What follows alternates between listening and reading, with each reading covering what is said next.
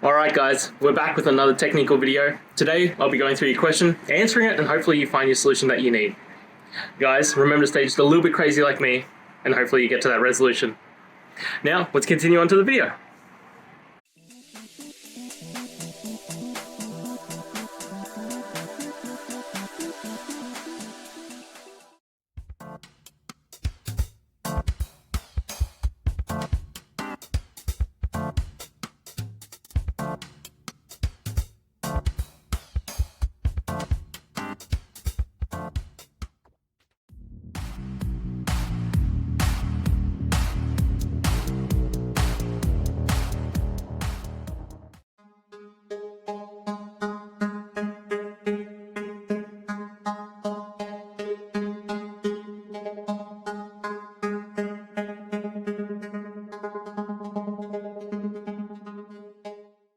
And that's it guys. We've gone through, answered your question, and hopefully you found that solution you're looking for.